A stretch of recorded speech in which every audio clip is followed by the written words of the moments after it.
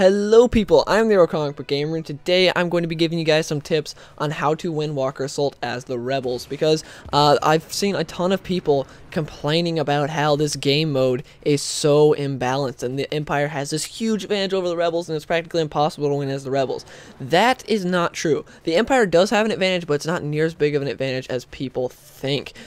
Basically, what happens is everyone thinks they're playing Team Deathmatch. In the majority of games I've played, when I just sit there and look at my teammates to watch what they're doing, they are standing back and not attacking the terminals. They're standing back and they wait for the Empires to move up on the terminals, and then they snipe them and they get up on like some vantage point or something, or they try to flank them to kill them. They're not trying to make any uplinks or anything, and so I'm the only one making uplinks. I make the uplink, and then I kill like a person or two and then die, and no one's defending the uplink. You need more than two people to defend to actually win this game mode as the Rebels. The reason I say two is because me and a buddy have been playing a lot, and we keep losing as the Rebels because we are literally the only two people making uplinks. Occasionally other people will make uplinks, but that's very rare. And so what happens is we try to make the uplink and then defend the terminal, and it doesn't work at all. But if you have more people, you can win. For instance, in this game mode in this game right here that you're watching, we beat the Empire before it even gets to the second set of uplinks. It takes us about 8 minutes to beat the Empire. And that's because me and my entire team was actually playing the objective. This is just me solo, by the way. I'm not with my friend or anything. This is just me solo. It's because me and my team actually played the objective. Our goal was to, capture the points and then protect them. That's what you have to do.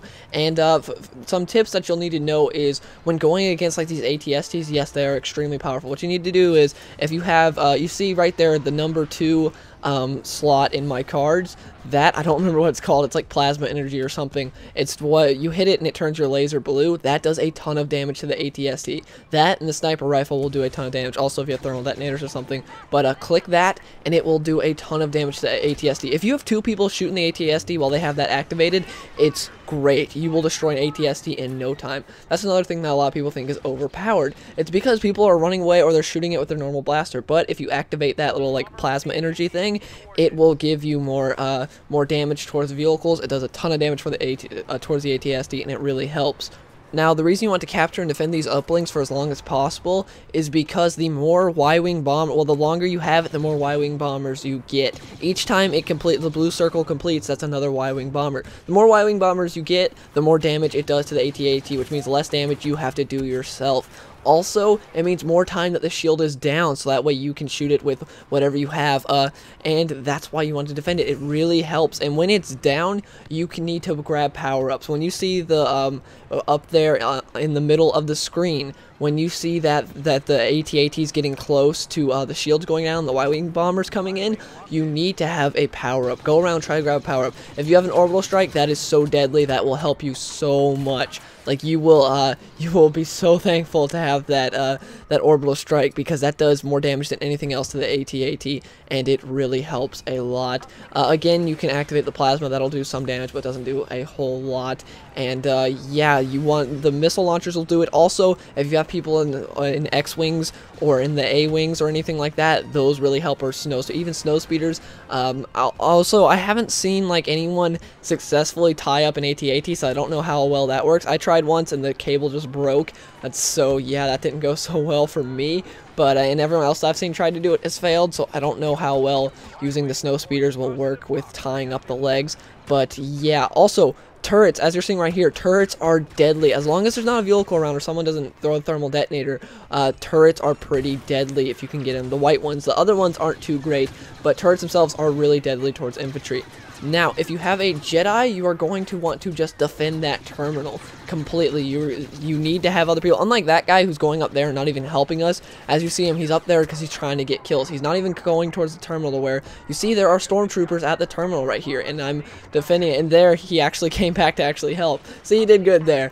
But yeah, earlier when he wasn't helping at all, you need people to help. See, I'm sitting here just defending this terminal, and that's all you need to do. And then sometimes you have to prioritize as well. For instance, if only you and a couple other people are playing the objective, you need to go where like all of you can just defend that one objective, because spreading your numbers out will just make sure that you don't get any Y-wing bombers. But if you have a good amount of people, then obviously you can spread them out to both terminals, and that'll help. And that'll also split the offense of the of the Empire, because then they'll have to attack 2 separate terminals.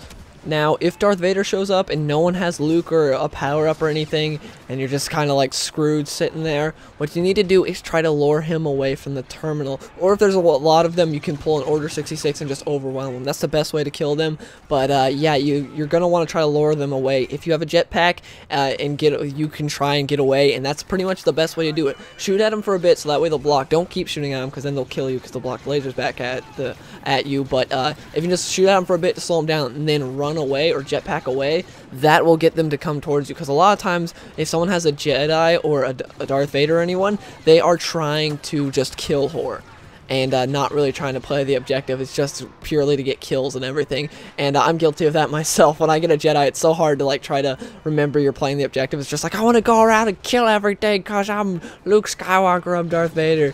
And yeah, so to get Darth Vader away from the terminal, you're gonna want to get him to chase you, because remember, he is slow. Luke, you can't run away from Luke. If he sees you and there's not multiple of you, you're doomed. But anyways, this is for how to win as the Rebels, not the Empire. Again, those white turrets are very helpful. The other turrets you can shoot at the AT-ATs with once the health's down, but besides that, I mean once the shield's down, but besides that, those turrets are kind of useless. They're not too good against infantry. You can get shot out really easily.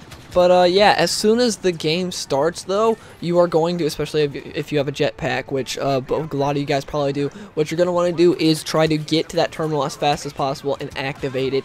And if you have a friend or something, or if there's something on the way, try to grab a power-up, because if you can grab a shield, that really helps. And definitely, especially later on when it gets to the other trench, well, when it gets to the trenches at the third set of uplinks, you need to crouch, because you can crouch in those trenches and they can't snipe you, because that's what a lot of them try to do. When you're at a terminal and they're far away, they will try to snipe you. But basically, it's all about being very fast on the offense, like so fast that they don't know what hit them. And again, Luke can really help like that. If you're Luke, or one of your friends is Luke, or someone, what they need to do is try to kill everyone around that terminal and just sit there and play defense. Because if they're around that terminal, a lot of people, when they see the Jedi, they just run away. They're like, oh no, we're doomed, and they just run away. But anyways, to sum up how to do damage to these things, first off, if you're in a ship, kamikazing does not do a whole lot of damage. It does hardly anything at all. But if you're just shooting at them with your normal lasers or a missile, that does a good amount of damage. If you have no power-ups or starship or turret, what you're going to want to do is what I'm doing right here, which is I activate my plasma energy and then just start shooting him.